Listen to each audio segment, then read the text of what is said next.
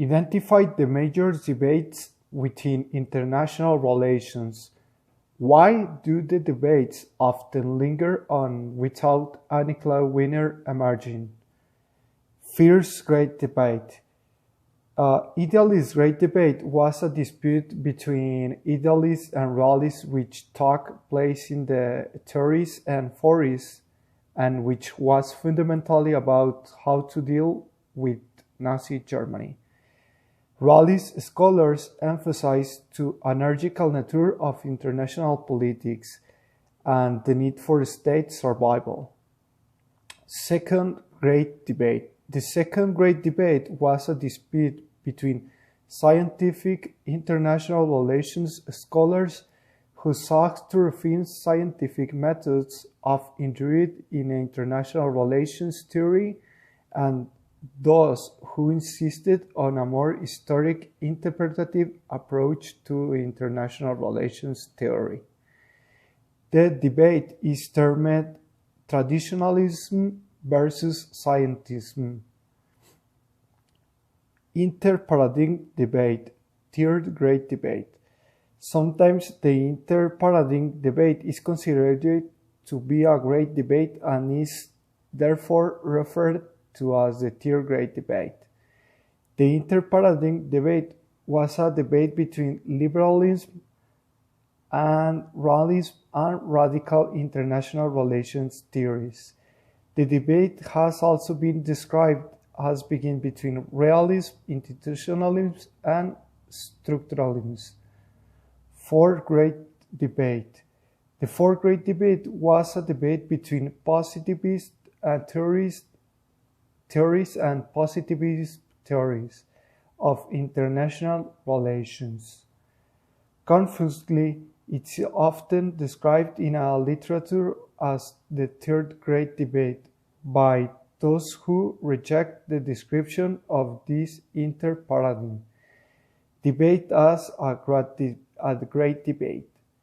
This debate is concerned with the underlying epistemology of international relations, scholarship, and is also described as a debate between rationalists and reflectivists. Fifth Great Debate. Brown, remarking of the possibility of a fifth great debate, has suggested that the debate could concern critical realism, but goes on to say, let us hope not, because the first four great debates were singularly pointless affairs, and the fifth, when it arrives, is unlikely to be any different. Steve Smith argues that it is difficult to find any notion of a fifth grand debate if in the literature, which are established theoretical traditions in international relations. How can they be seen as established?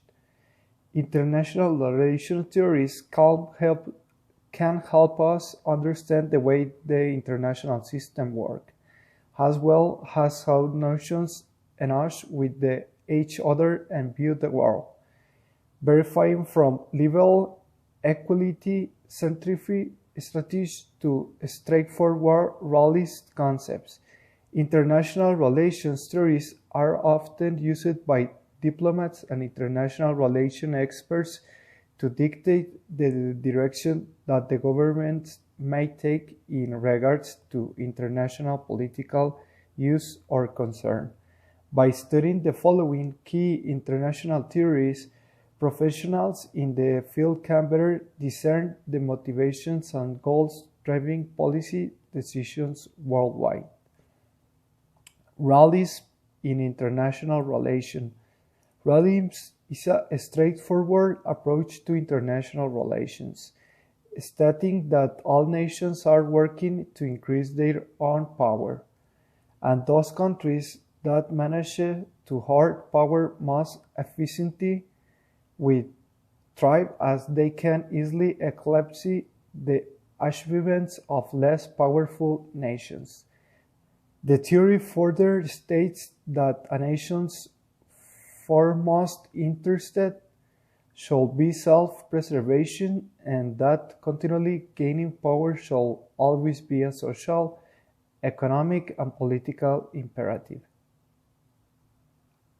Liberalism, also called liberal internationalism, liberalism is based on the belief that the current global system is capable of engendering a peaceful world order, rather than relying on direct force, such as a military action. Liberalism places an emphasis on international cooperation as a means of furthering each nation's respective interests. Liberalism believes that the negative consequences of wars such as economic losses and civilian casualties far exceeded its potential benefits. Constructivism. Constructivism rests on the notion that rather than the outright pursuit of material interest, it is a nation belief system, historical, cultural, and social, that explains its foregoing policy, efforts, and behavior. Marxism. Karl Marx was a Prussian philosopher and economist whose works posited that societies could escape the self-destructive nature of capitalism socioeconomic system by implementing socialist theory into their policies, both locally and abroad. Marxism, a theory that closely analyzes social classes, aims to dismantle the capitalism structure of the international system, as it states that capitalism is not longer practically sustainable in modern world. Marx believed that private property should be replaced by corporative ownership, with the emphasis placed entirely on satisfying human needs for insufficient rather than creating private profit. Feminism. Gender issues are a significant concern with global politics, and feminism has an international relations theory. Seeks to relate the power derived from an individual gender. Feminists are mostly interested in tracking political and social developments that inhibit usage in female populations, when systems of power, subtlety, or overtly the woman, they can only fully fill certain roles. Those limitations become social norms and perpetuate the cycle.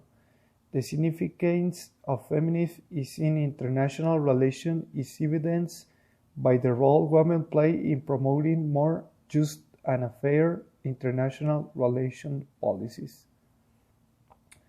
Why was early international relations strongly influenced by liberalism?